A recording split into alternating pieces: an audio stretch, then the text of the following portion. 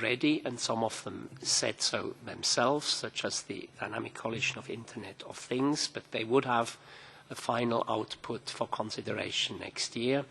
And then there are those who think they have a final output they would present. But as we then said, we would give different time slots to each of the three categories, but as we moved along, now they all want to move up a slot to be given more time, and this is something we will have to consider, but their documents are up on the website. Also, the question we would like to pose to the MAG is, should we be strict with those who have not complied with the basic rules and exclude them from the session, or should we, in dubio pro reo, give them the benefit of the doubt and allow them in, hoping that they will comply with their websites? But that is more in detail when we look at the main session in more detail. I think I can stop here, and I would be grateful also for reaction. I do know we had used in previous sessions the term validation of the outcome, but there has been some concerns expressed. We have toned it down a bit, and as you see in the paper shared, on the desired result output, we suggest wording that says that the outcome of the sessions will determine the level of support the various DCs enjoy from the broader IGF community. One of the session's objectives is to determine whether there is acceptance of moving towards an IGF output. And of course, this allows also those who don't agree to say so, that they don't agree with the outcome of what the dynamic coalitions propose. Thank you for your attention. So thank you, Marcus, for introduction and proposal. Virat, you have a comment or question? I had two clarifications. Actually, first was on this issue of rating. I'm not sure how this works and how it was introduced, so we'd like to have some more information on what this concept is. And secondly, on are we still in the realm of validation stroke endorsement stroke now output? How does that work? And are you seeking a vote from the people in the room, online?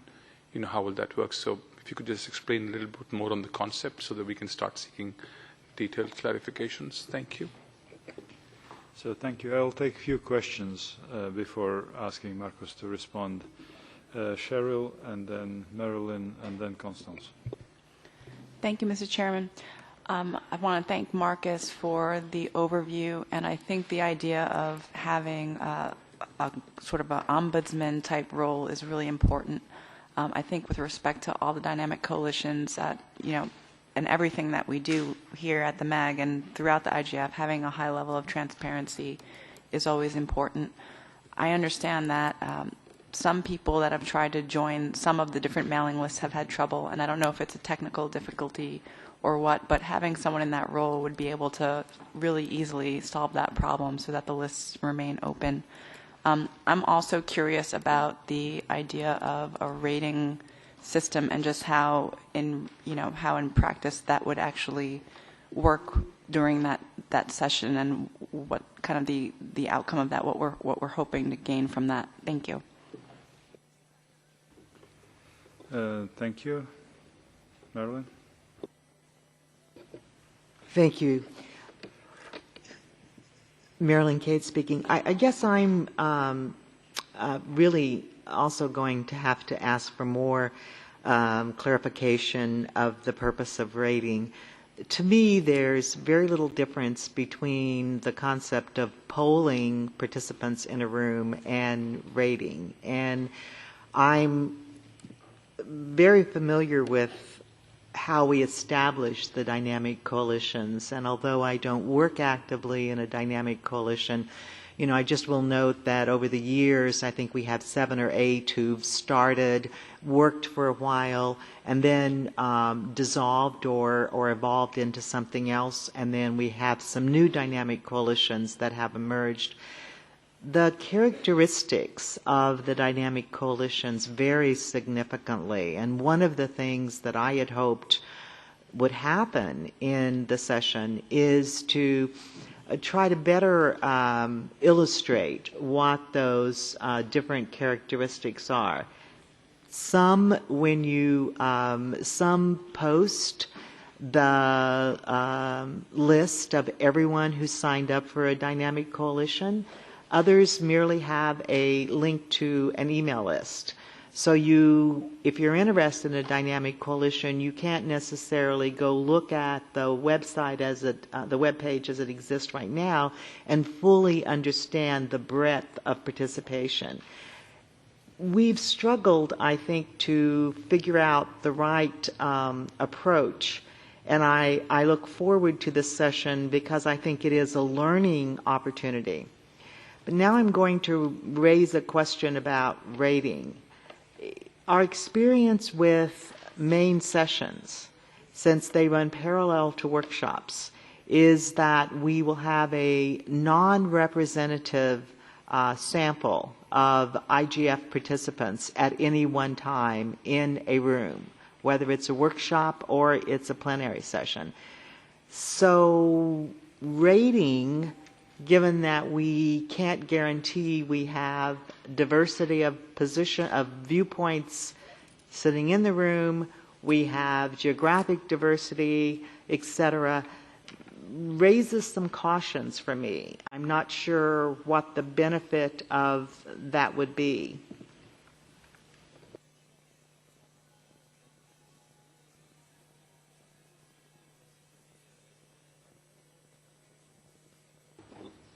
Constance? Thank you, Mr. Chair.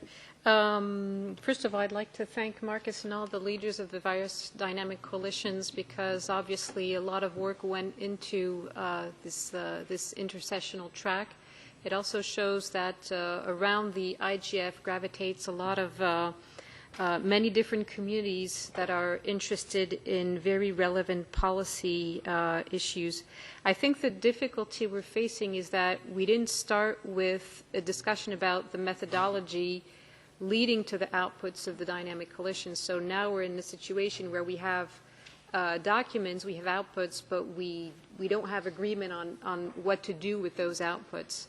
Obviously, there's some sensitivities about any kind of validation process, but again, with the amount of work and the number of stakeholders and participants that give life to those dynamic coalitions, perhaps we could have the IGF take note of the outputs.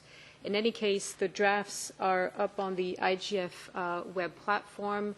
And again, it's difficult to ignore this important track of work, but I think it's important that this group today has a solid agreement on what we do in terms of process. Do we take note? Do we encourage the IGF in the chair's report to acknowledge? It is important to have this discussion now. Thank you.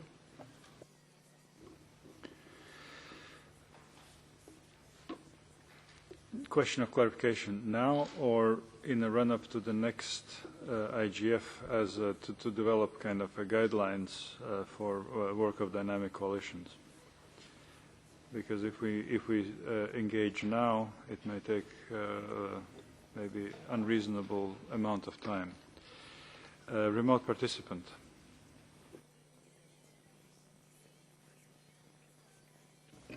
Yes, thank you, Chair. This is Chip Sharp, and I just had a comment on the question of output. First, I'd like to thank Marcus for his work on Dynamic Coalition. And that's been a lot of work and a lot of calls since the last MAG meeting. And this comment is actually more general, not just Dynamic Coalitions, but, all the intersessional work itself. I've been engaged in one of the best practice forums, which is working on a document, for example. After the last IGF, the MAG set up intersessional activities, which have been progressing their work since then. Also, the MAG's been working to develop more tangible outputs as recommended by the CSTD working group on IGF improvements.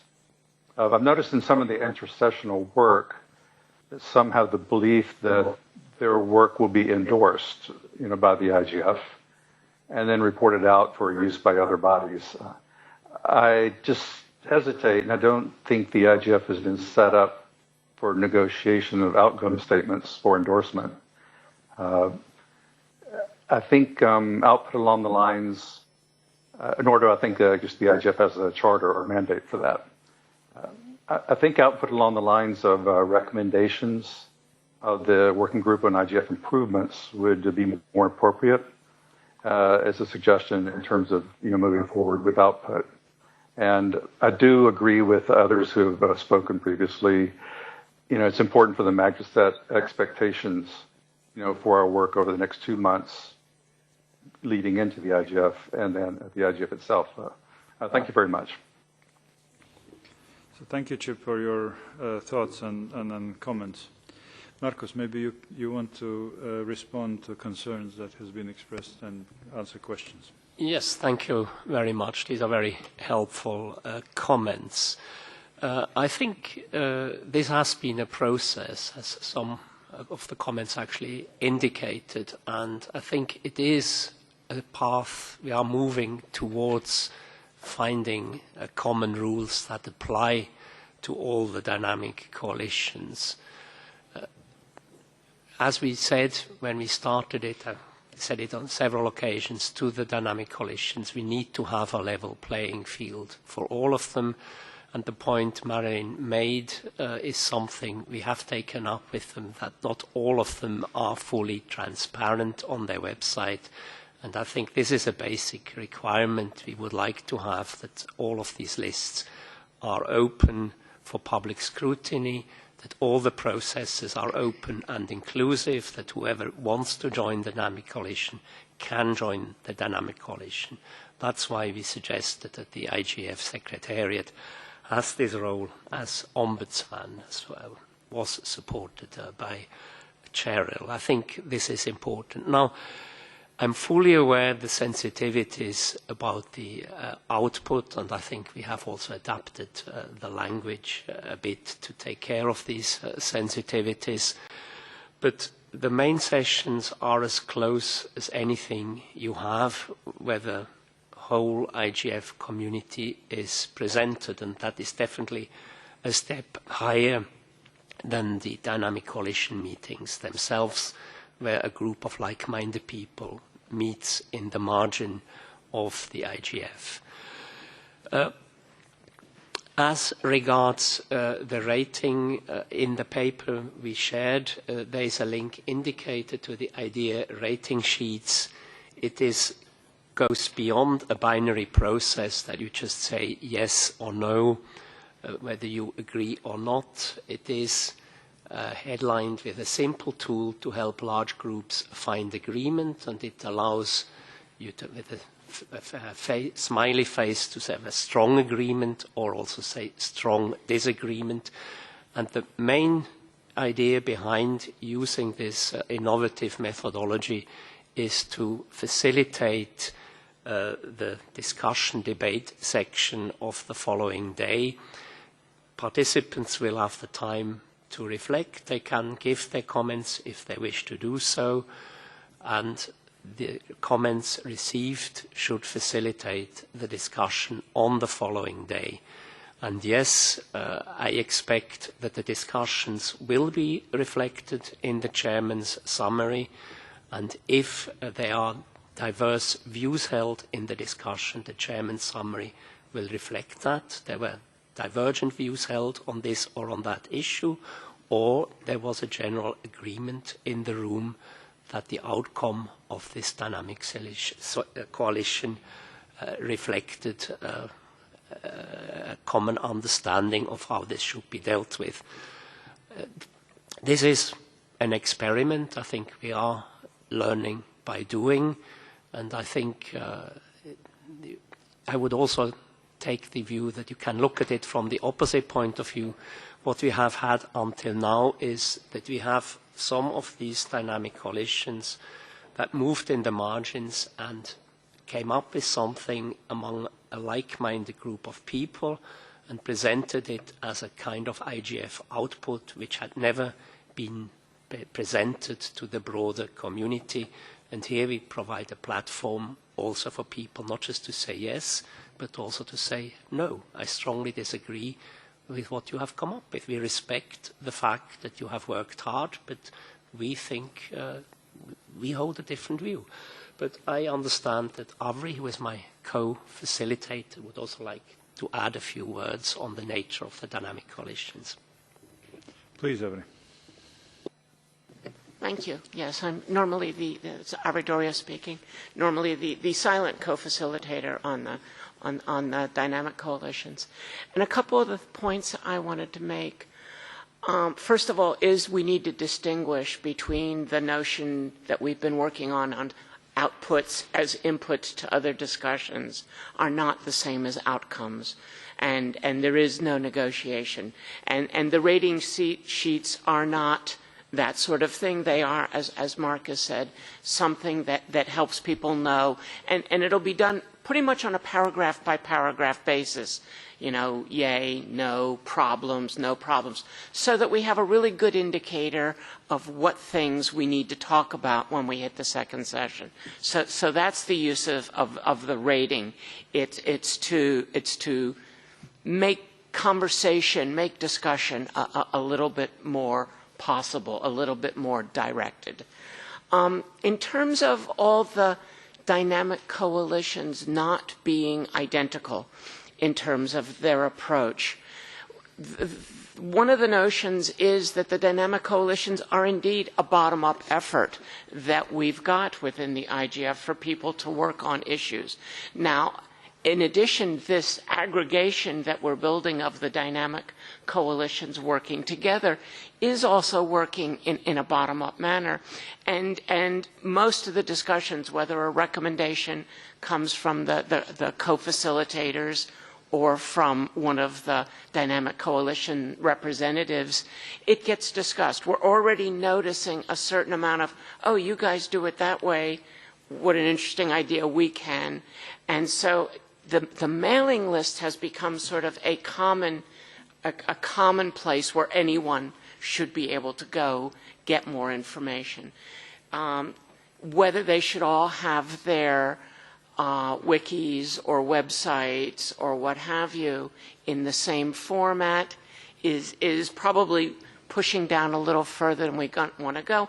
But in this case, we have said, no matter how you created your documents, come this point, they're now all going into an IGF standard format so that everybody can approach everything similarly. So trying to find that balance between being bottom-up but being IGF organized. So, you know, I just really wanted to make those comments. Thanks.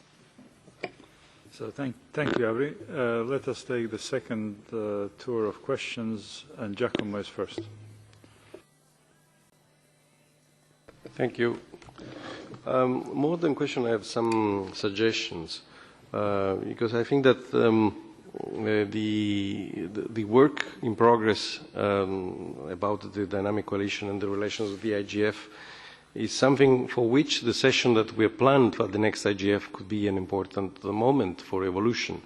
So I think that we have to ask in the aim and the goals of this session also to arrive to a certain number of common shared criteria for improving the relation between the IGF and the dynamic coalition. This is something that we can ask as one of the output of the session. About the validation, I think is a fake problem because there is a lot of possibility that exists in all international fora about making public documents that are not necessarily reflecting the view of the organizer or the whole organization. The EEC, the European Commission and the European Union published documents of the study groups in which is clearly marked at the very beginning of the document that these are the view of the group. It doesn't reflect the view of the all IGF. So I don't see a problem if we treat that way the document that's coming from the dynamic coalition.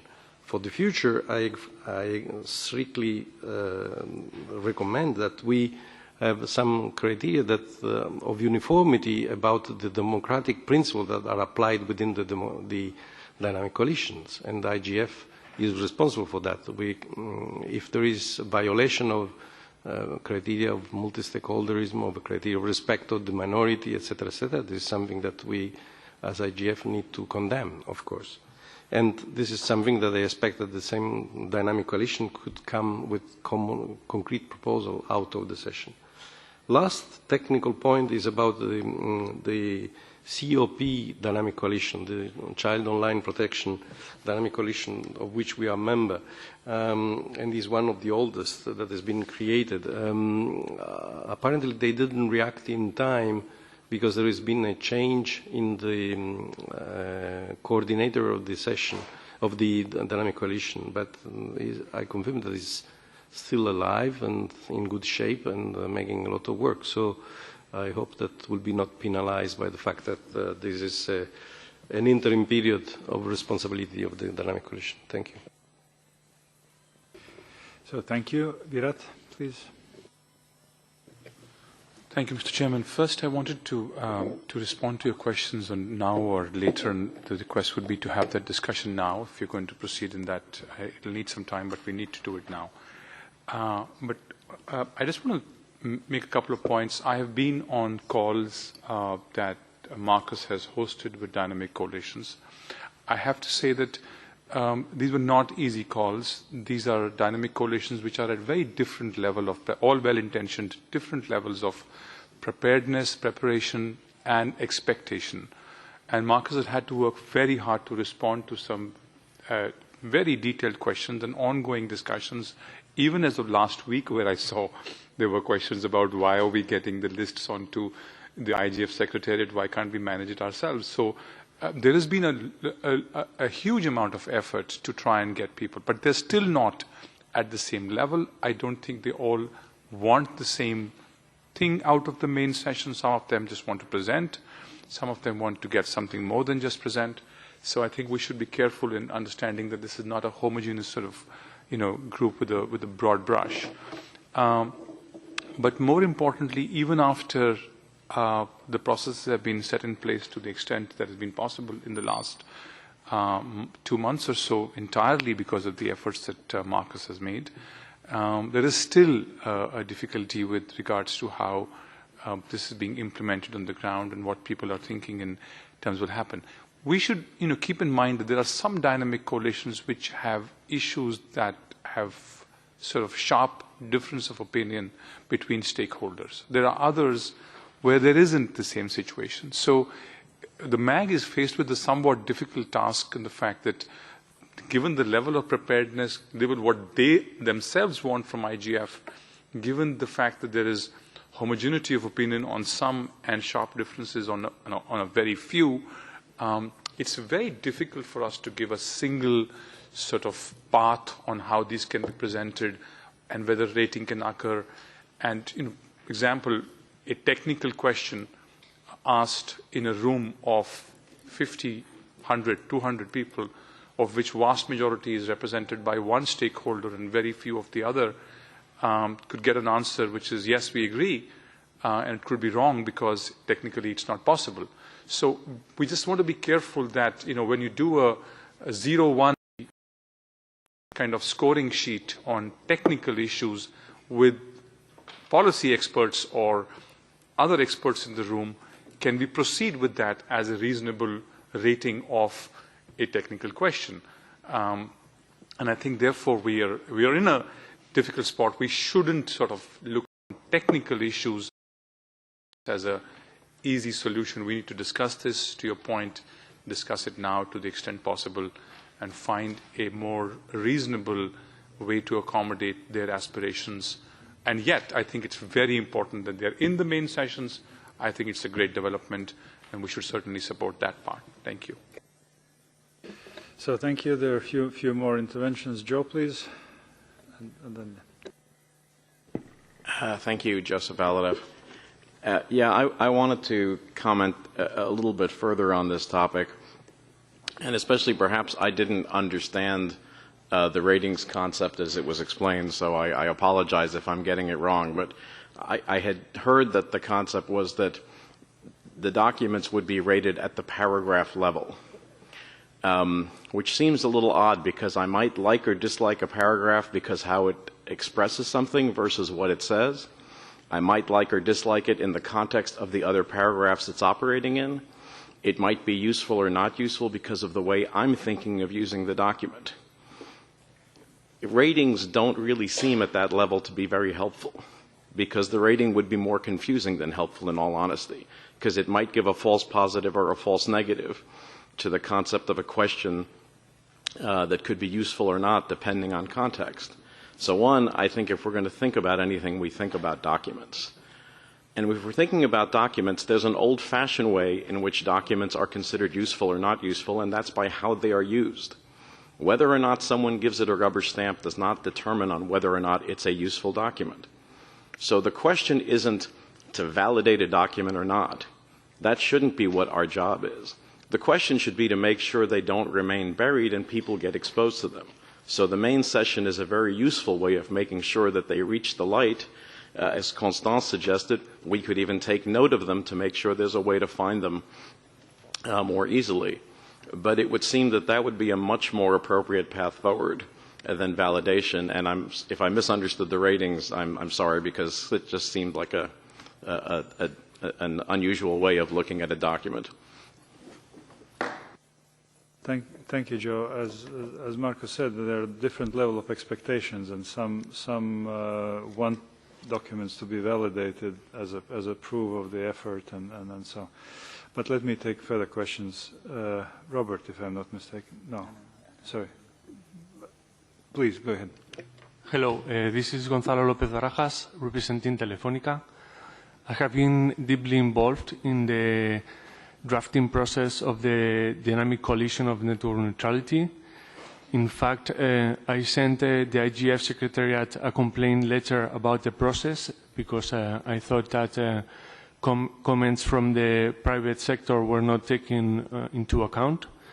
In fact, I think that had never changed, and at the end of the process, the unique participants from the private sector, which were Telefonica and Telecom Italia, we included a dissent letter that we hope that was forwarded to the IGF Secretariat. Basically, the process, we were all providing comments to the document, which were somehow put into a black box, and then the next draft would appear without basically any discussion. And on those places where we were somehow improving the text, those comments were accepted, but when our comments were having a different view from those that the moderator were having, those were never included without any reason. So I think that the process was quite untransparent, even though we are not representing the business sector because we have not been appointed. So the fact is that the comments from the unique two participants from the private sector were not taken on board, and that's why we sent a dissent letter.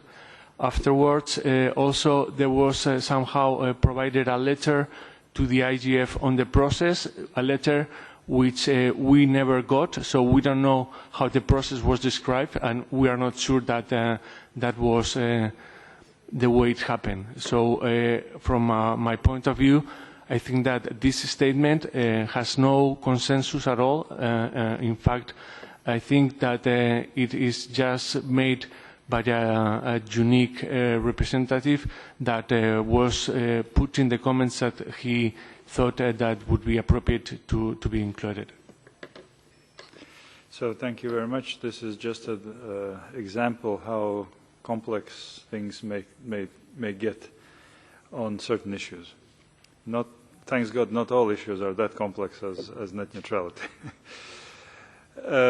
Look, I think it would be worth continuing this conversation during the 2-hour session allocated to discuss dynamic coalitions and issues related. I would like to encourage all those who are interested go to that session where it is scheduled. Is it today or tomorrow? Tomorrow. In the meantime, I will take Cheryl and Hossam, and then we would move on to the next topic on intersessional work that we could exchange our views before lunchtime, which starts at 1. Cheryl, please, you go first. Thank you, Mr. Chair. And I do think it is a good idea that we are having this conversation now, because these different coalitions, they have put in a ton of work, much of which is good work, and I think that they deserve to know for their own work to move forward, how their work will move forward, and what the process will be. And I do want to thank Marcus, Avery, and Constance, because they've really taken us much further than we have been in the past 2 years in terms of the different intersessional themes, the dynamic coalitions, and the best practice forums. So the fact that we're having this conversation, while difficult, is actually, it's a really good thing. But I think also we have to remember that we face outwardly as well. And so it is important that individuals that are outside of the MAG and outside of the general IGF newcomers understand the way processes work, because sometimes when you don't understand the way a process works, it serves as a barrier to your participation, and that's not something that we want to do moving forward. Thank you. Fully agree with you, Cheryl. Hossam, please. I just want to echo what Cheryl said previously, and what we have been discussing with Marcus as well, is that more process needs to be implemented in order to be able to have more view of what is happening, and also because we have faced in several dynamic coalition difficulty of participation. And we don't see all the work happening in front of us. So while it is a great work forward, and it's good to have the dynamic coalition around and to have output paper, but validation is not something that is, for the time being, suitable to be implemented. Rating, the word rating itself maybe is a problem. It's a feedback form that would give a feedback for better enhancement, so that the outcome would be then an input for a more progress ahead for the dynamic coalition. Thank you very much. So thank you. I think it was a very interesting conversation, and some of the ideas are worth exploring further, maybe not calling it rating, but rather feedback, and not on every paragraph, but in general. And so I think this was very useful to have this exchange. That said, we will continue with this in the smaller group, talking about main session on dynamic coalitions, if agreeable tomorrow. And now I would like to invite Constance to introduce the main session on intersessional activities. Constance, please. Thank you very much, Mr. Chair. So actually this theme breaks down into 2 different items. Maybe I'll start with the best practices, and then we can move on with Ambassador Fonseca to connecting the next billion. So there will be a 90-minute main session on the best practice forums. The draft description is with the Secretariat, and then it'll go to the coordinators for validation and discussion. The idea being to follow the methodology we had last year, which was to have the coordinators, the leaders of the different best practice forums, and we have 6 this year, report into the main session on best practices. At the same time, part of the discussion would be devoted to assessing what worked well in the process, because we have an agreed methodology, agreed from last year, and we're trying to improve it year after year, and also discuss what could be improved for IGF 2016 best practices. Allow me to say a few words about the substance of the best practice and the status of the different, the 6 different tracks we have. You will see on the IGF web platform, and I think Carl will put it up in a minute, that 3 draft outputs for the best practices are now available. I believe a fourth one will be put online later today, and 2 others will be available in September. So we have IPv6, the IXPs one, multi-stakeholder mechanisms. The best practices for countering abuse against women online will be made available. The draft skeleton will be made available later today. And finally, the 2 best practices, the drafts for certs and spam, will be made available on the web platform later in the month. So following the methodology we used last year, and following the guidance of the various coordinators, and some of them are here today, and I would invite them to jump in the discussion afterwards. The public will be invited to submit some comments directly on the IGF web platform, and then the Secretariat, working with the coordinators, will take on board those comments, publish a new version, and do this until there is consensus and completion of the document that would then be discussed during an IGF best practice forum, 90-minute session in João, Pessoa, and then feeding into the main session on IGF best practices. Before we move to connecting the next billion, if any of the coordinators, leaders would like to say a few words about their own processes, I would encourage them to do so now, perhaps. So please, floor is open for those who want to comment, coordinators. Best practice forums.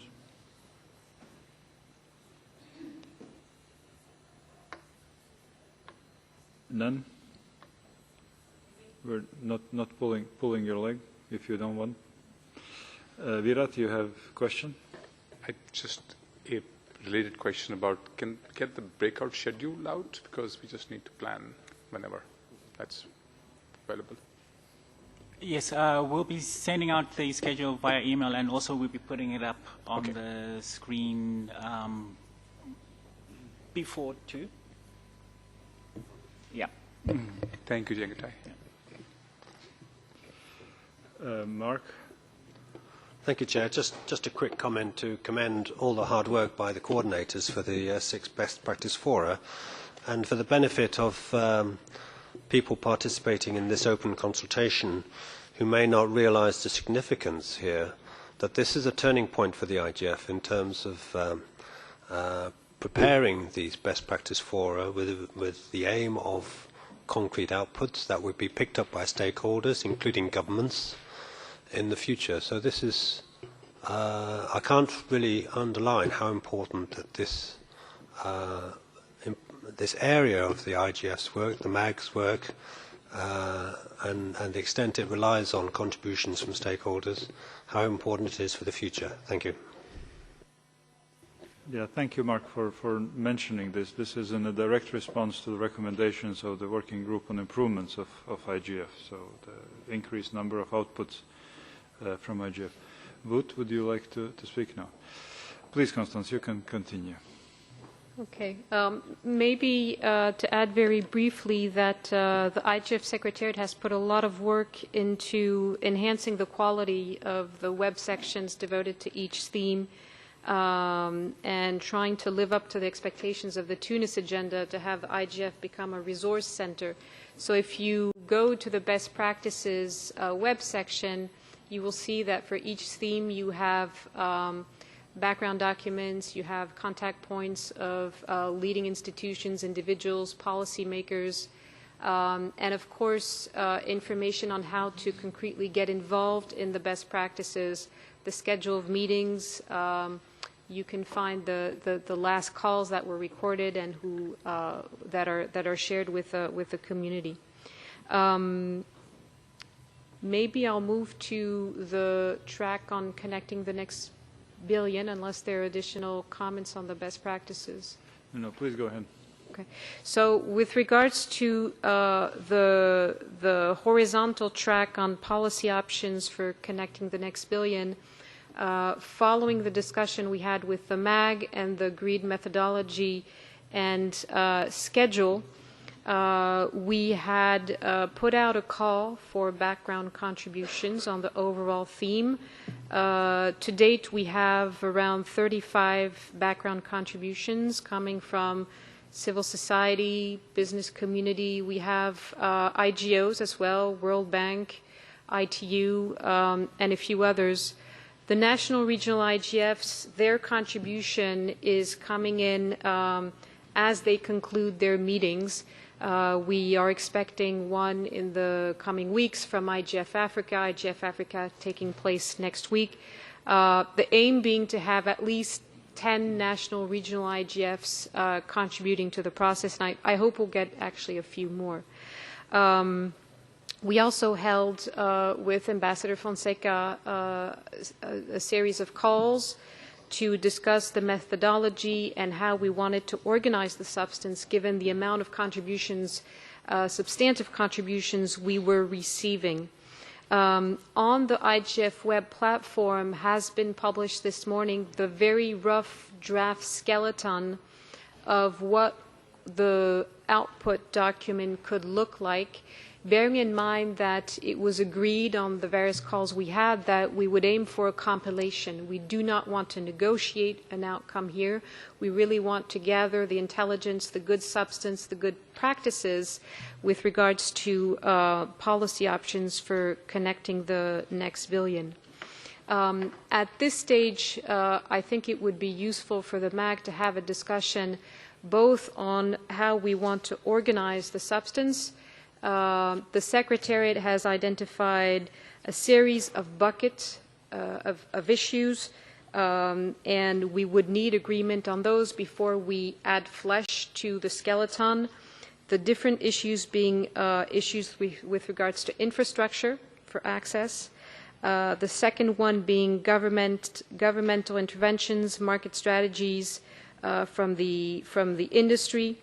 The third one being digital literacy, and the fourth one being the bucket of issues around affordability and the cost of access.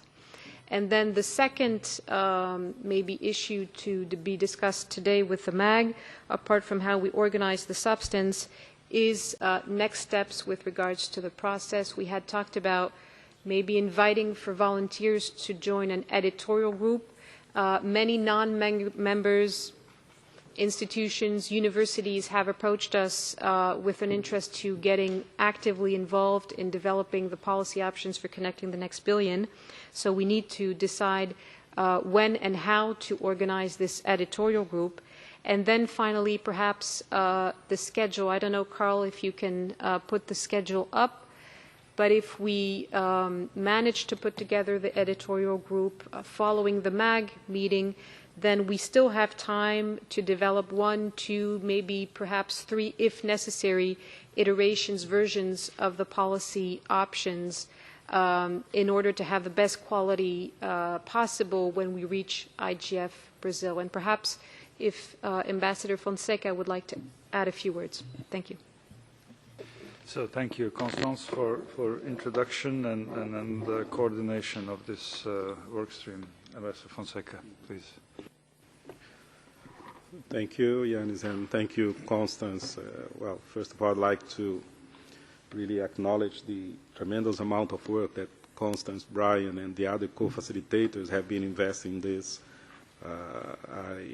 I was appointed by you, Mr. Chair, as the coordinator, but unfortunately I have not been able to do it to the extent desirable, but this has been totally supplemented and by Constance and the collective group. So I'd like, first of all, to thank all those who have been involved for that. I think Constance has summarized what are the main issues to be addressed in regard to this policy options document. First of all, I'd say we want to make sure we provide the Secretariat and Brian specifically, who is holding the pen, with the necessary support for preparing the background document that will be further examined by the editorial group.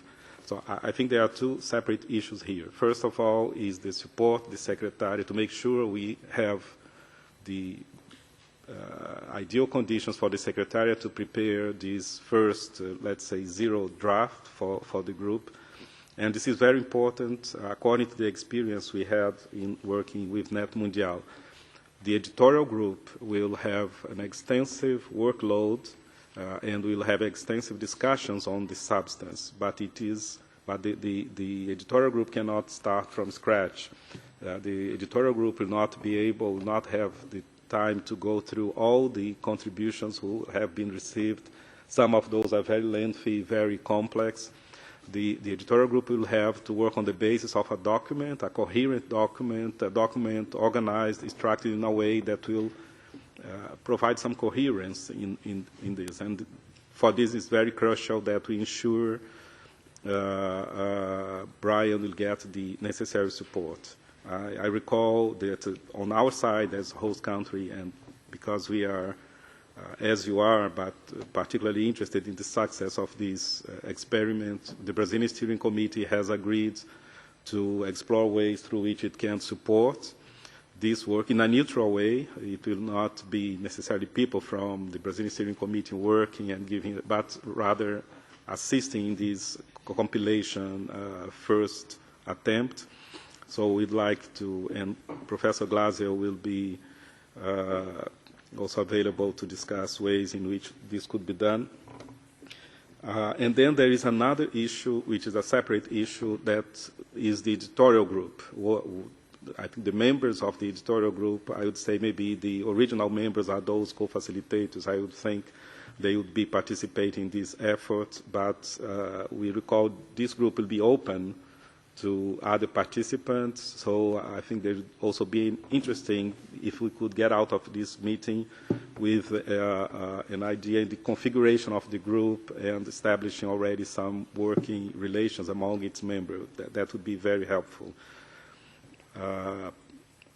Another thing related to the editorial group would be how the work that is being done will be done by this group will relate to efforts that are being done by Stanford and New York University. And in this context, I would confirm what Constance has already indicated. We do not intend to depart from what we have established from the beginning, that we want this document to be, first of all, a compilation document, a document that will bring together experiences, policies, ideas for connecting the next billion, coming from governments or from civil society or from any institution, any stakeholder. So we think it's very appropriate that Stanford and New York University will contribute for work within that approach. However, personally, I would strongly advise against inserting this document any kind, let's say, of conceptual framework or anything that would reflect, let's say, a more academic approach, because I think that would deviate us from our intent and certainly would inject into our exercise some complexities and maybe some contentious issues that we want to avoid. So I think it is appropriate to involve any stakeholder that is involved, but as far as we keep the approach we have been established, we have set for ourselves from the start. And I think this has to do with the editorial group. I think any support we can get for as inputs, and if it is the case that they will also participate in the editorial group, but with that kind of approach. So I think those two issues related to the support for the Secretariat in preparation for this initial document, also the configuration of the editorial group and how other stakeholders will participate are issues to be discussed by IGF, and also the very important point that was raised by Constance, how the document will be structured. We have, in our calls, discussed, first of all, we thought about replicating the document, the questions we have addressed to the community in order to elicit comment and contributions. But we found that might not be appropriate because if we focus on the questions, maybe it will not give us the headlines or the keywords that are relevant for people who will go into the document and try to get some very concrete information. So this idea of having some categories as infrastructure and others as this is something that reflected some discussion among us, but it is also submitted for the MAG for consideration of the categories that are being proposed, whether there are some categories that should be added or deleted. I think this is also a very important matter for discussion, because at the end of this meeting we want to make sure we have set in place a process, we have a clear idea of what we want, what is the outlook of the document we want, what are the means we have to achieve this, what would be the participants for that effort. I think this is basically what we want to discuss with you. Yeah, certainly we'll need to adjust a little bit the schedule because the work is on track, is on good track. However, we certainly will need some more time than what was initially envisioned. And in that regard, just to conclude, to confirm that we are also expecting a very robust contribution from Latin America. We had 2 weeks ago in Mexico the regional IGF, and there was a call for all countries in the region, all stakeholders to work towards a compilation document that will be forwarded to us, to the larger IGF effort. And this will not be able to make it for the first draft, but certainly it will be expected in the course of September in time for a second revision of the document. Thank you. So thank you, Benedicto, for this, these thoughts. We will have ample opportunity of discussing it further in the afternoon. We have exhausted time of the morning session, so we will break now for lunch. And I thank interpreters for being patient with us and working 10 minutes beyond the schedule. So thank you very much. This meeting stands adjourned. Please come back at 3 o'clock sharp and we will continue intersessional discussion then. Thank you.